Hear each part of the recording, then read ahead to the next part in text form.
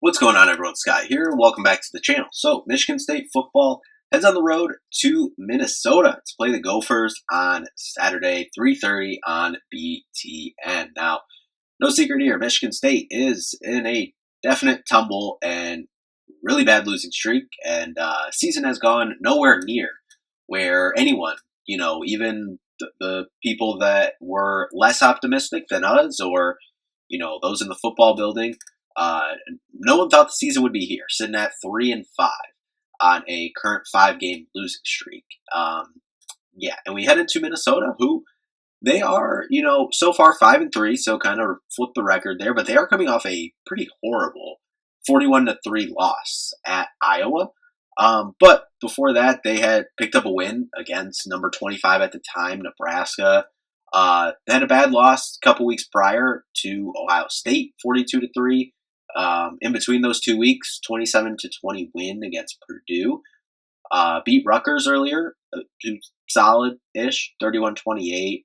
They've lost to Cal, a 66-0 win on the roster, on the schedule this year, and a 23-10 win against Buffalo. So that's where the Gophers are.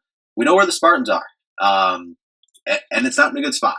But this is another opportunity on Saturday to come out and try to get a win.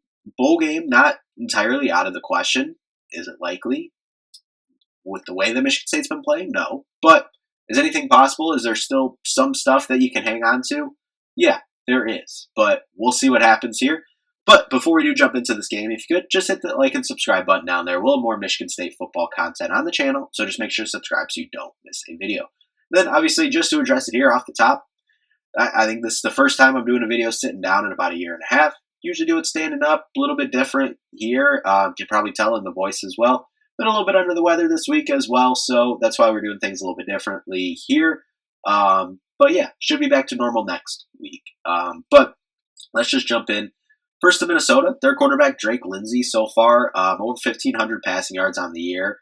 Not fantastic, 61% completion percentage, 10 touchdowns compared to 6 interceptions. He's been sacked 13 times as well. Something to look at, although Michigan State has struggled definitely getting to the quarterback. Then you move down to their rushing game. Darius Taylor, a running back I really like, 354 yards, 4.4 yards a carry, only 1 touchdown on the year. You move down there, Fame Legiboy. I definitely pronounced that wrong. Do apologize, but 276 yards on the year, 4.2 yards a carry, 1 touchdown as well. So overall, as a team, 3.6 yard average a carry. Not fantastic by any means. You look at their receiving game, Lemeke Brockington, 339 yards on the year with 3 touchdowns. Javon Tracy, 272 and 2 touchdowns. Jalen Smith, 271 and 2 touchdowns. Their tight end, Jamison Gear, something to look at there. He's their leading touchdown pass catcher, tied, should I say, with 3 of them for 133 yards on the year. You move down on their defense as well. Solid tackler, Devon Williams, 65, leading the team there. He has 1.5 sacks as well. A couple guys leading them. Carter Menz, 4.5 sacks on the year. Matt Kingsbury, linebacker, 2.5. 1.5 for Devin Easterton as well. On the year, got a couple guys. They have 6 interceptions on the year. 3 from John Nestor, 2 from Kerry Brown. Third down percentage, something we always like to look at. Third down efficiency, sitting at about 38% and 30% on 4th down overall. And then you look at some other stats from them on the defensive side of things. 19th in rushing defense, 4th fewest penalties per game, and 32nd in passing yards allowed. Looking at their defense, so in terms of the rushing defense, Michigan State, we saw them be able to get a little bit going last week. Mekhi Frazier was able to bounce back and get his running game going a little bit again. Obviously, a lot of that was aided by that long touchdown run that he had, or not even touchdown run, that long run that he had. But he got back over 100 yards this year for the first time since the first game of the year. First time we've had a rusher get over 100 yards since the first game of the year. I think that'll be a definite key in this one. Penalties, obviously Michigan State absolutely destroyed on the penalty side of things last week against their rival, so something to look at here. Minnesota's not going to give you any free stuff, and they're a disciplined football team, well coached, so that's something to look at there. 32nd passing yards allowed.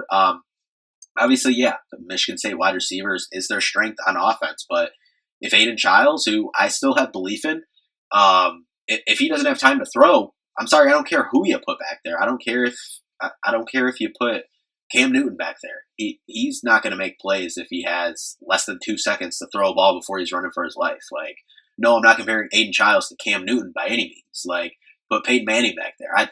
Whoever the case may be, Joe Montana, Steve Young, I don't care who you put back there. If you have less than 2 seconds, essentially, before you're running for your life trying to make a play every single game, like, no, you're not going to have much success. So, again, a lot of it comes down to the offensive line for Michigan State. The frustrating part, too, and I guess you can kind of tell, I mean, in just kind of talking about it here, it's like we've seen the same thing now every single week on the Michigan State side of things of the stuff that Michigan State's struggling with, and it's not like nothing's getting improved. We looked at the beginning of the year, we were like, oh, the pass protection game isn't at where we thought it would be, but the run game, the run block passing, or run blocking schemes, whatever, hey, that's pretty good. And then kind of as things went, you get to USC, oh, the run game defense is back to where we thought it was. And the passing, hey, it's went up, and we're having, 94 yards from Nick Marsh against Youngstown State, 133 for Amari Kelly at USC. And then after those two games, everything just kind of it hits the floor against Nebraska, UCLA, Indiana. You were able to do some stuff due to their short passing game and screens that, we were able to do. And then even against that school down the road last week, I mean, the big run by Mekhi Frazier was able to do some stuff in the short yardage. Nick Marsh, good game. But it all just comes down to that offensive line. And if you're not going to if you're not going to be able to run the ball, you're not going to be able to protect your quarterback, then, you're going to struggle. And when you look at a team that already has 25 sacks on the year, and I know we're getting into November now, but, that's tough to look at. And when you can't stop the running game, really, and I do give the defense credit. I do think they've played better over the last 2 weeks. The Indiana game was obviously they're very talented, and, overall they just kind of they just had to keep doing it and keep answering. And I want to say the same thing what happened last week. I thought the defense definitely showed up last week, and Joe Rossi on the sideline specifically, him showing up on the sideline, bringing that energy, I definitely think that was a big boost for this defense, and I'm glad to hear they're going to be continuing to do that.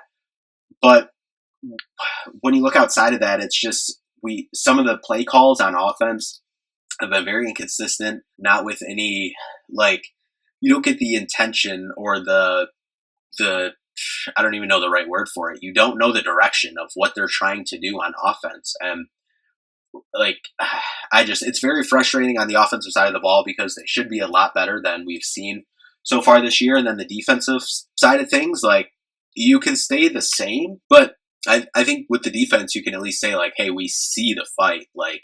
We see it there. And, when Rossi's on the sideline, that thing looked different last week, they just had to keep answering because the offense with the 3 and outs, questionable fourth down, not even, I don't want to say decisions. I'm not always going to question you going for it on fourth down, but it's the predictable play calling on fourth down. And really, I guess that's a better word for what I was looking for earlier is predictable play calling overall. So obviously this is a must-win game for Michigan State because you're sitting at 3-5.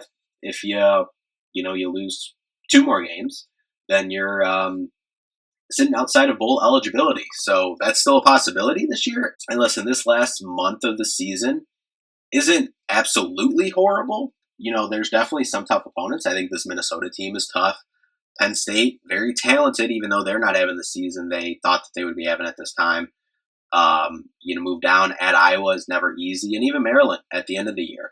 But this is a game that they need to win if they want to keep their bowl chances alive, plain and simple, in my opinion. So we'll see what happens. So now to close it out with our 5 bets for the weekend. Last week went 4-5, so 24-21 on the season. So we'll start out this week with our game as we always do. I'm taking under 46.5 Michigan State at Minnesota. I think this is going to be an ugly, low-ish scoring game. probably in the 20s. It'll probably be close here, but, like a 21-17, something like that, 24, 20, something like that. It'll be close, but I'm taking the under still. Next, I'm taking Vandy plus 2.5 at Texas. Next, taking Ohio State minus 19.5 against Penn State at Ohio State. Otherwise, I would maybe look at the Penn State, to cover that, about 3 touchdowns. But Ohio State at home, give me the Buckeyes minus 19.5. Georgia minus 7.5 at Florida. I think that's fairly generous, and jump all over that for the Bulldogs there. And then lastly, USC minus 5.5 at Nebraska. I'm taking. Said them multiple times this year. I really like USC. I really like that team and think that they're a potential playoff team as well. But anyway, that'll do it for this one. So again, we face another must-win for Michigan State on this 5-game losing streak. No better time than the present, right? Start to turn this thing around. So that'll do it for this one. Thank you all so much for watching. We'll see you in the next one. Peace out.